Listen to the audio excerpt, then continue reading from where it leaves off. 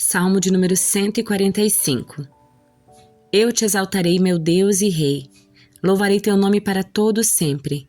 Todos os dias te louvarei. Sim, louvarei teu santo nome para sempre.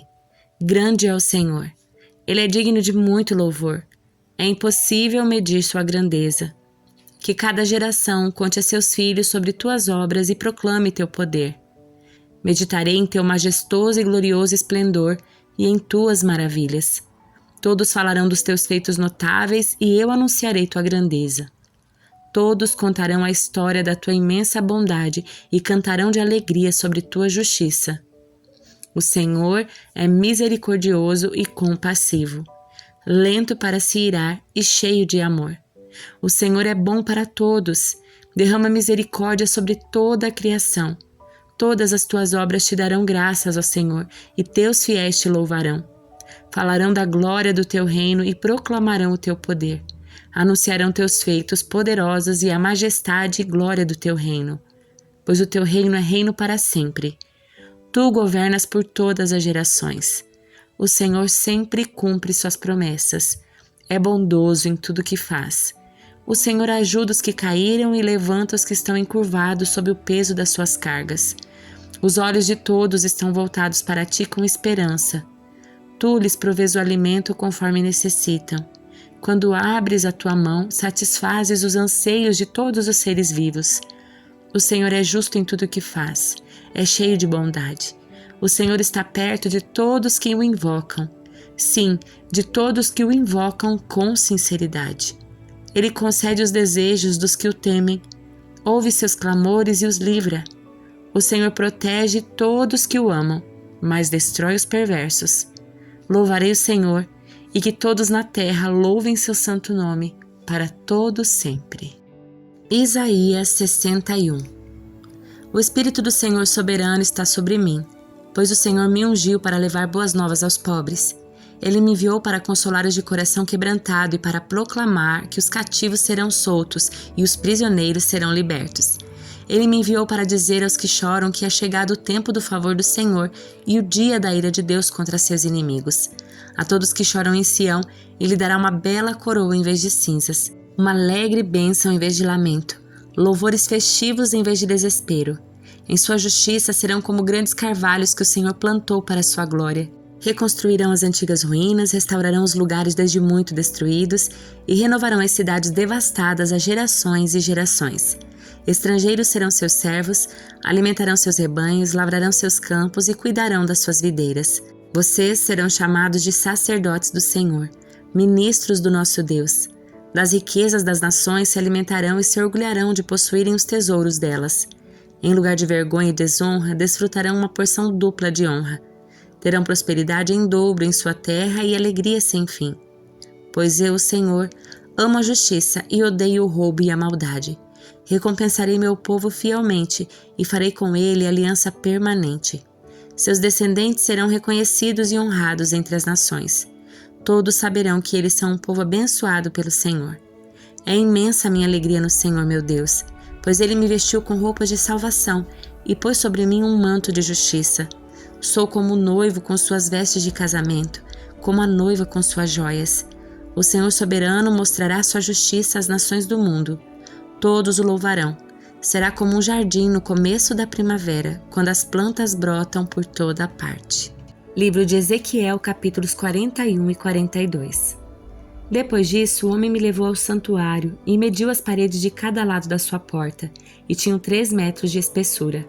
A entrada tinha 5 metros de largura e as paredes de cada lado tinham 2,5 metros de comprimento. O santuário propriamente dito tinha 20 metros de comprimento e 10 metros de largura. Então ele passou do santuário para a sala interna. Mediu as paredes de cada lado da sua entrada e tinha 1 metro de espessura. A entrada tinha 3 metros de largura e as paredes de cada lado da entrada tinham 3,5 metros de comprimento.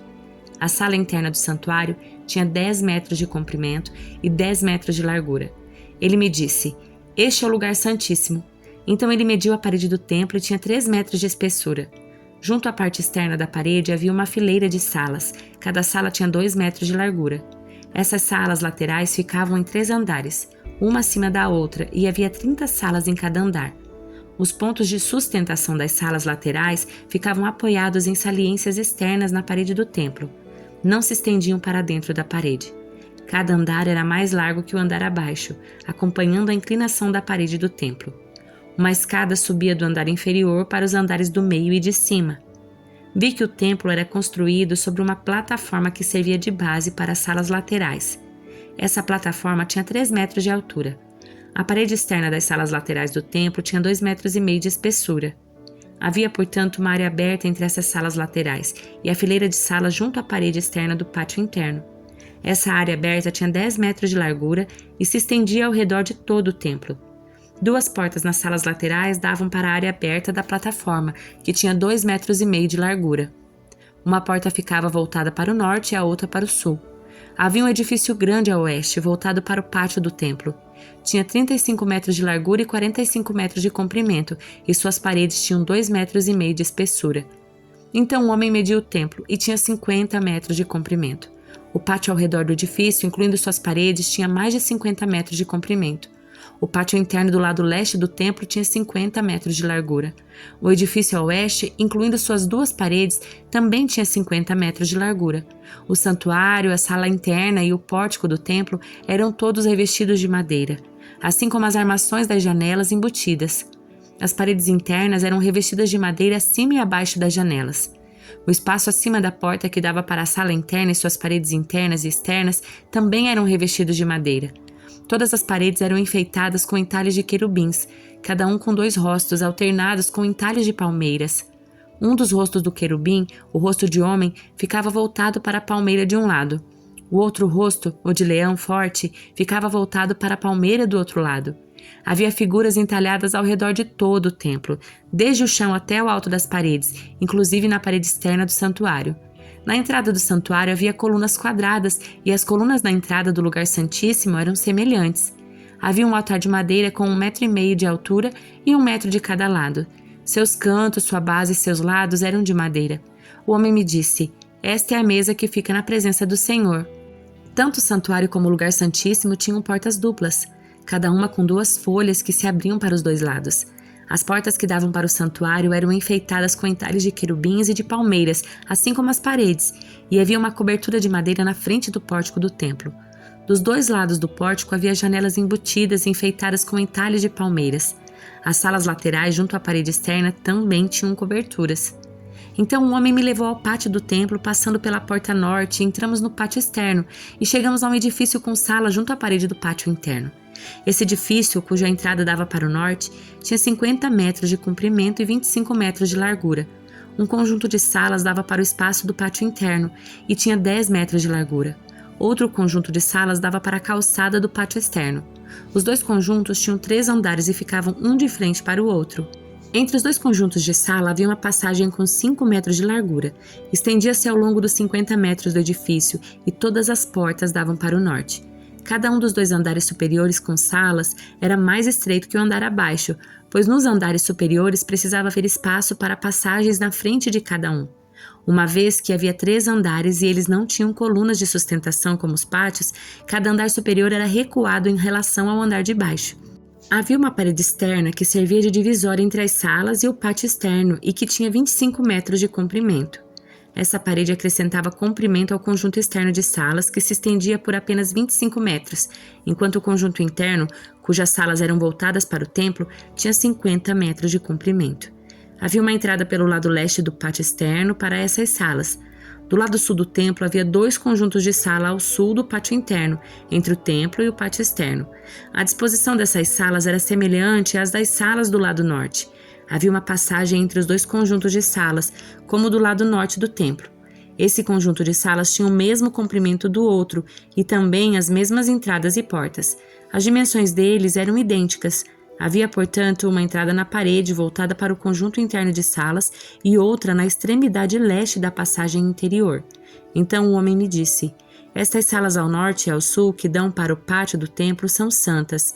Aqui os sacerdotes que oferecem sacrifícios ao Senhor comerão as ofertas santíssimas, e porque as salas são santas, serão usadas para guardar as ofertas sagradas, a oferta de cereal, as ofertas pelo pecado e as ofertas pela culpa.